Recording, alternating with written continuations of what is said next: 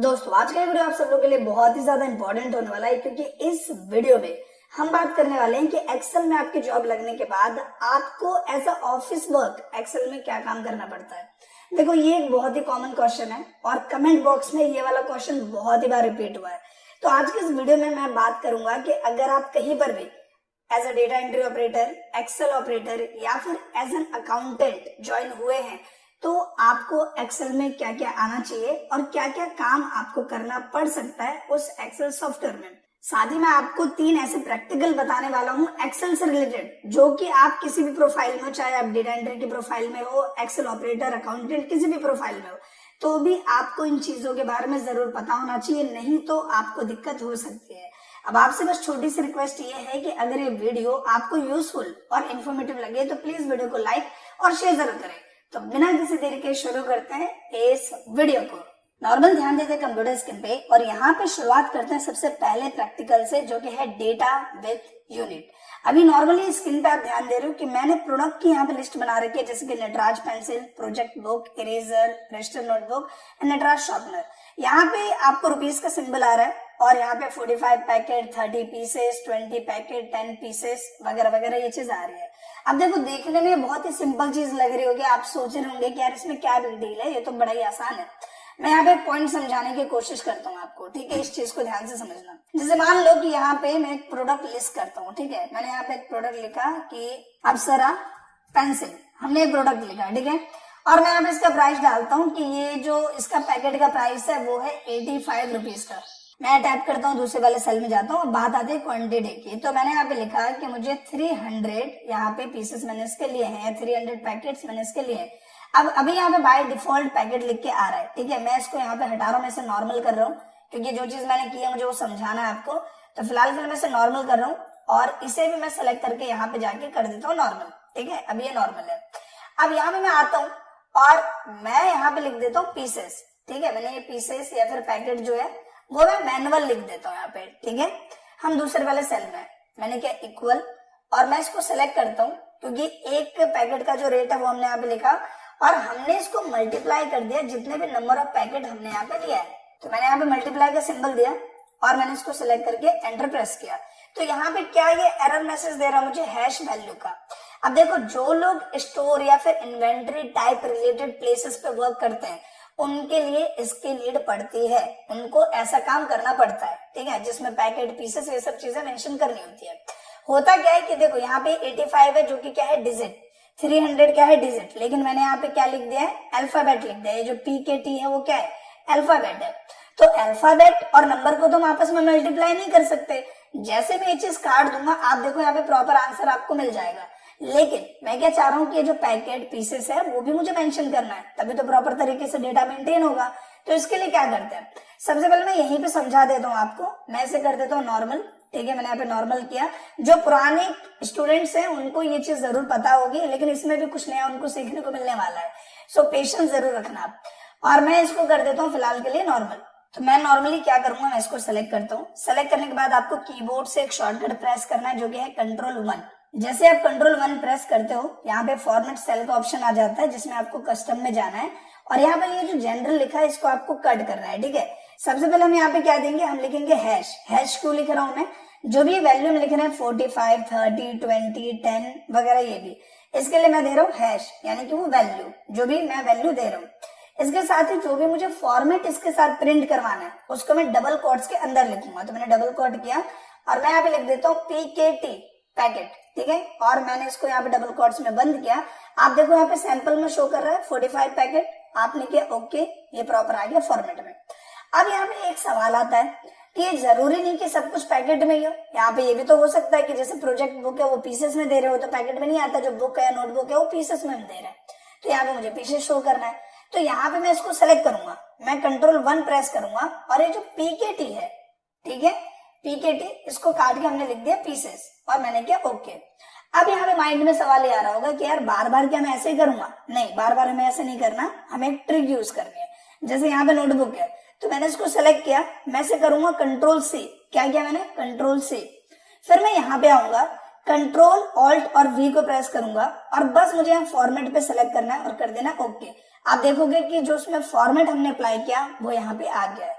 तो ये एक बहुत ही कॉमन एंड बहुत ही इंपॉर्टेंट चीज है जो कि एक्सेल यूजर को पता होना चाहिए। अगर वो इन्वेंट्री टाइप की जगह पे वर्क कर रहे हैं वहां पे इसकी जरूरत पड़ती ही पड़ती है। अब दोस्तों बात करते हैं नेक्स्ट टर्म की, जो कि बहुत ही ज्यादा इंपॉर्टेंट है और इसका जो यूज है वो पर डे लगभग आपको पड़ सकता है, जो कि है प्रिंट सेक्शन।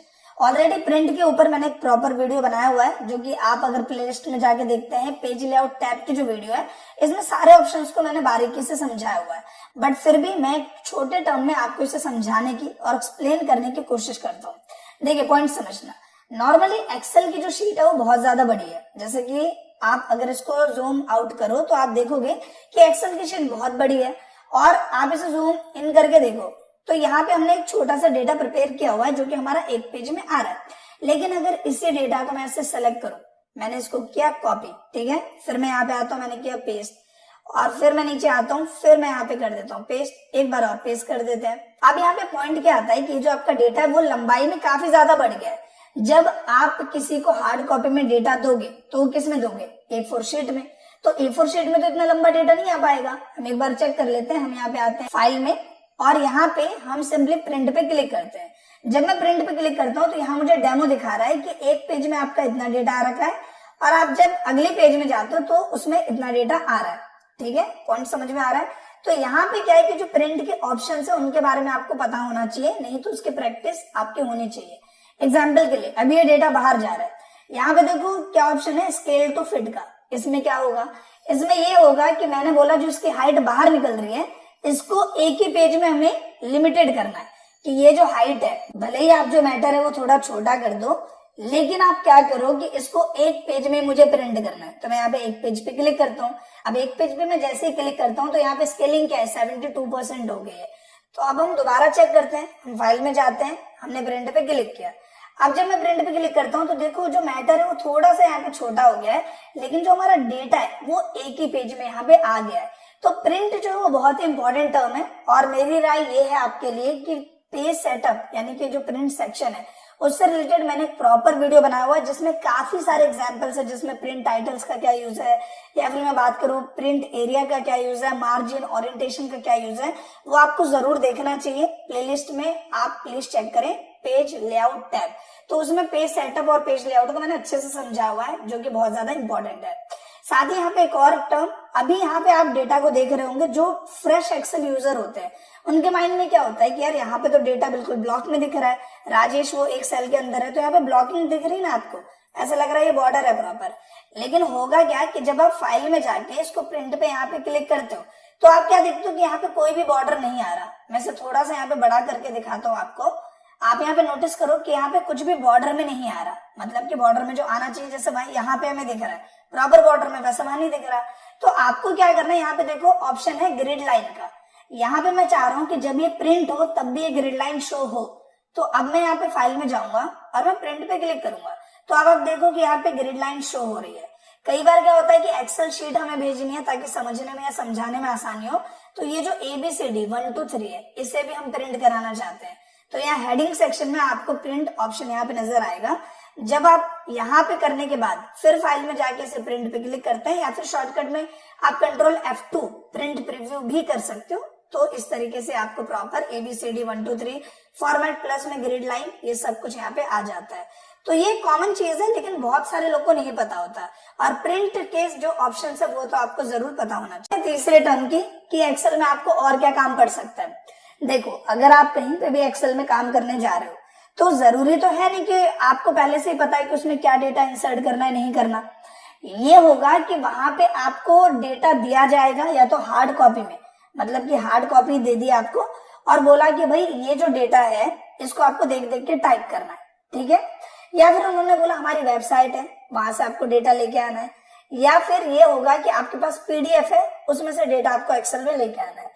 तो वो सब चीजें आप कैसे करोगे। देखो, जब आप आते हो यहाँ पे डेटा टैब में, तो यहाँ पे एक ऑप्शन होता है गेट एंड ट्रांसफॉर्म डेटा का। इसमें जब आप इस गेट एंड डेटा पे क्लिक करते हो तो ये आपसे पूछता है कि अगर आप बाहर से डेटा लेके आ रहे हो तो डेटा किस तरीके का है। क्या आप किसी फाइल का डेटा ला रहे हो, जैसे ऑलरेडी वो एक्सेल फाइल है उसका डेटा चाहिए, या फिर नोटपैड पे, या फिर कोमा सेपरेटेड वैल्यू टाइप में वो डेटा है वैसे में चाहिए, या फिर PDF में चाहिए। तो मान लो मेरे पास पीडीएफ में कोई डेटा है, मैं इस पे क्लिक करता हूँ, ठीक है। मैंने इस पे क्लिक किया। क्लिक करने के बाद जहां पे भी मैंने पीडीएफ फाइल रखी है, लाइक मैंने डेस्कटॉप पे रखी है, मैं डेटा टैब यहाँ पे आप देख रहे हो डेटा का फोल्डर बना रखा है, और यहाँ पे मेरे पास एक स्टेटमेंट है। कई बार होता है ना कि अगर आप एज एन अकाउंटेंट वर्क कर रहे हो तो आपको क्या होगा कि पीडीएफ में डेटा दिया जाएगा जो कि बैंक स्टेटमेंट है। तो ये जैसे कि बैंक ऑफ बड़ौदा का एक स्टेटमेंट है, मैंने इसको क्लिक किया और मैं इंपोर्ट पे क्लिक कर देता हूँ। अब जैसे मैं इंपोर्ट पे क्लिक करूंगा, यहाँ पे क्या होगा कि ये पूरे के पूरे डेटा को कनेक्ट करेगा और उसमें से सारे डेटा को यहाँ पे रिट्रीव करके लेके आएगा। अब ये पूछ रहा है कि यहाँ पे काफी सारा डेटा है, आपको कौन सा डेटा लेके आना है। तो मैं यहाँ पे बोल रहा हूँ जो टेबल 1-2 यानी कि ये वाला जो डेटा है ये मुझे चाहिए। मैंने लिया और मैंने इसको लोड पे क्लिक कर दिया। अब जैसे मैं लोड पे क्लिक करूंगा, यहाँ पे आप देखोगे कि जो प्रॉपर डेटा है, ठीक है, जो प्रॉपर मेरा यहाँ पे डेटा है बैंक का, वो यहाँ पे आ गया। मैं इसको बड़ा करके आपको शो करता हूँ थोड़ा सा, आप यहाँ पे देखो तो यहाँ पे आ गया कि इतनी तारीख को। आप चाहो तो इसे बड़ा कर सकते हो, अगर आपको कंजेस्टेड लग रहा हो तो आप इसे इस तरीके से यहाँ पे बड़ा कर सकते हैं, ठीक है। तो यहाँ पे आप देख सकते हो कि सारा का सारा डेटा मुझे शो हो रहा है कि 12 तारीख को इतना अमाउंट क्रेडिट हुआ, सीआर ये लिखा आ रहा है, इतना अमाउंट डेबिट हुआ ये लिख के आ रहा है। तो प्रॉपर स्टेटमेंट को मैंने एक ही बार में बड़ी आसानी से एक्सेल में इंसर्ट कर लिया। तो ये जो डेटा टैब है बहुत ही ज्यादा इंपॉर्टेंट है, और अक्सर अगर आप कहीं पे एक्सेल ऑपरेटर के तौर पे वर्क कर रहे हैं तो वहां पे आपको डेटा बाहर से लेना पड़ सकता है। भले ही वो हो सकता है कि वो टेक्स्ट टाइप डेटा हो, नोटपैड का डेटा हो, या फिर मान लो उनकी वेबसाइट है वहां से डेटा लेके आना है, या फिर मान लो कोई टेबल रेंज टाइप का डेटा है, या फिर पीडीएफ का डेटा है, किसी फाइल का डेटा है, तो वो आप बड़ी आसानी से यहाँ पे ला सकते हो। कोई बिग डील नहीं है, जैसे मैंने बताया ऐसे ही है। जैसे मुझे पीडीएफ का चाहिए था तो मैंने पीडीएफ पे क्लिक करके उस फाइल पे क्लिक कर दिया, डेटा आ गया। आपके पास टेक्स्ट टाइप फाइल है, उसको क्लिक करो, इंसर्ट कर लो। आपके पास एक्सेल की फाइल है, सेलेक्ट करो, इंसर्ट कर लो। तो है बहुत ही सिंपल, और ये चीज आपको पता होना चाहिए। तो अगर मैं बात करूं कि अगर आप as a data entry operator work कर रहे हो, एक्सेल ऑपरेटर वर्क कर रहे हो, या फिर अकाउंटेंट के तौर पे वर्क कर रहे हो, तो आपको ये चीजें आनी चाहिए। पहली चीज क्या थी कि जो यहाँ पे हमने डेटा को यहाँ पे अलग अलग यूनिट के साथ मैच किया, बहुत ही कॉमन चीज है और बहुत ही इंपॉर्टेंट चीज है, ये आपको पता होना चाहिए। दूसरा, प्रिंट से रिलेटेड आपको प्रिपेयर रहना चाहिए, क्योंकि रोज के बिहाफ पे भी अगर हम देखें तो डेटा आपको हार्ड कॉपी में देना पड़ सकता है, चाहे वो इनवॉइस हो, चाहे वो बिल हो, मेमोज हो, कुछ भी ऐसे फॉर्मेट्स हो, तो वो आपको देना पड़ सकता है। साथ ही तीसरी चीज हमने क्या देखा कि डेटा हम कहीं अलग अलग सोर्सेज से इंपोर्ट कर रहे हैं। तो ये सब चीजें जो है वो बहुत ही कॉमन है, और ये बहुत ही कॉमन टर्म है जो कि हर एक्सेल ऑपरेटर को पता होना चाहिए, और उसको इसकी जरूरत पड़ती ही पड़ती है। अब यहाँ पे बात करते हैं मेन क्वेश्चन पे कि एक्सेल में अगर आपकी प्रोफाइल डिफरेंट है, जैसे कि मान लो कि आप as a data entry operator work कर रहे हो, तो आपको क्या काम करना पड़ेगा। अगर आप as a Excel operator work कर रहे हो तो आपको क्या क्या पता होना चाहिए, क्या क्या काम आपको करना पड़ सकता है, या फिर एज एन अकाउंटेंट हो तो क्या क्या काम करना पड़ सकता है। अब यहाँ पे पॉइंट को ध्यान से समझना। सबसे पहले बात करते हैं डेटा एंट्री ऑपरेटर की। देखो डेटा एंट्री ऑपरेटर क्या होता है। मान लो कि आपको कोई डेटा दे दिया गया, जैसे ये वाला डेटा है, बैंक स्टेटमेंट है। अब ये डेटा ऐसा है कि मैंने इजिली यहाँ पे रिट्रीव कर लिया, इजिली यहाँ पे क्या किया, मैंने इस डेटा को ले आया मैं यहाँ पे। लेकिन कई बार क्या होगा कि आपको बिल दे दिए जाएंगे, जैसे कि मान लो कि बिजली विभाग का आप देखते हैं ना बिल वगैरह आ रखा है, या फिर मान लो बैंक का जो है वो जितने भी कस्टमर्स है जिनका अकाउंट खुला हुआ है उनके फॉर्म्स है। आपको ये बोल दिया जाएगा इसमें से चीजों को छांट छांट कर लिखना है, जैसे इसमें से नाम लिखना है, इसमें से अकाउंट नंबर लिखना है, इनका मोबाइल नंबर लिखना है, एड्रेस लिखना है, मोबाइल नंबर लिखना है। तो आपको सिंपल करना क्या है, आपने देखा और एक्सेल में टाइपिंग करके उसकी एंट्री कर दी। ये सिंपल काम है डेटा एंट्री ऑपरेटर का। तो डेटा एंट्री ऑपरेटर में कोई बिग डील नहीं होती, ठीक है। तो डेटा एंट्री ऑपरेटर से रिलेटेड कोई दिक्कत लेने की जरूरत नहीं है। अगर आपको नॉर्मल एक्सेल यूज करना आता है इट मींस आप ओके हो डेटा एंट्री ऑपरेटर की जॉब के लिए। बात करते हैं दूसरे पॉइंट की, एज ए एक्सेल ऑपरेटर। देखो एक्सेल ऑपरेटर में क्या होता है कि अगर आप कहीं पे as a Excel operator work कर रहे हो तो आपको हल्का काम भी मिल सकता है, थोड़ा भारी काम भी मिल सकता है। हल्का काम इन द सेंस, मान लो कि आप कहीं पे वर्क कर रहे हो और वहां पे जितने लोग आ रहे हैं जा रहे हैं उनकी टाइमिंग आपको चढ़ानी है।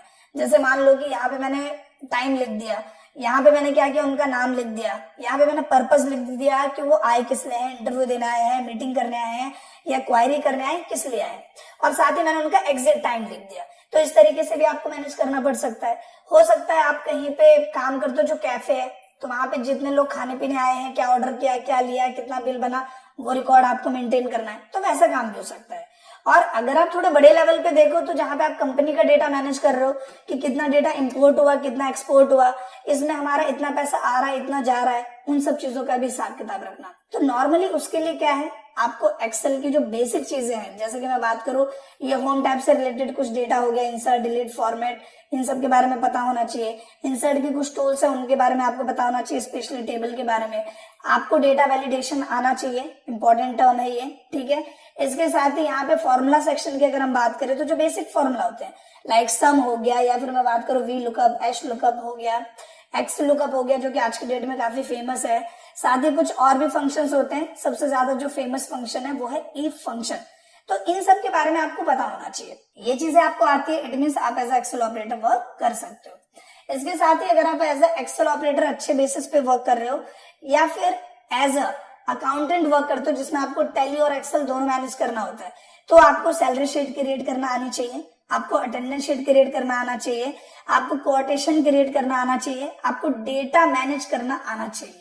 ये सब चीजें जब आप बड़े लेवल पे, जहां पे आपको 20 से 30 हजार की सैलरी मिल रही है, वहां पे आपको ये सब काम तो इजीली करने आने चाहिए। इसकी जरूरत आपको मिनिमम पड़ेगी ही पड़ेगी। तो बेसिक तौर पे अगर हम एक्सेल की बात करें, एक्सेल प्रोफाइल्स की बात करें, तो उनमें आपने चीजों को देखा कि कुछ जो बेसिक चीज थी वो मैंने आपको बताई। इसके साथ अगर ऑफिस वर्क की बात करोगे, प्रोफाइल पे डिपेंड करता है। डेटा एंट्री में आपका कुछ ज्यादा काम नहीं होता, नॉर्मल एक्सेल चलाना आता है, बहुत है। एक्सेल ऑपरेटर हो सिंपल तौर पे तो हल्का नॉलेज आपको होना चाहिए, बेसिक चीजों का थोड़े फॉर्मूले आने चाहिए। और अगर आप बड़े लेवल पे एक्सेल पे वर्क कर रहे हो, आप एज एन अकाउंटेंट वर्क कर रहे हो, तो salary sheet, attendance sheet, E formula, V lookup, X lookup, data manage करना, कोटेशन बनाना, ये सब चीजें आपको आनी चाहिए। आशा करता हूँ दोस्तों एक्सेल ऑफिस वर्क से रिलेटेड ये जो वीडियो है वो आपको पसंद आया होगा, और जो भी टर्म्स मैंने आपके साथ शेयर किए वो आपको समझ में आए होंगे। अगर ये वीडियो आपको अच्छी लगी हो तो प्लीज इस वीडियो को लाइक करें, शेयर करें, साथ ही एक छोटा सा कमेंट करके अपना फीडबैक जरूर दें। Thank you.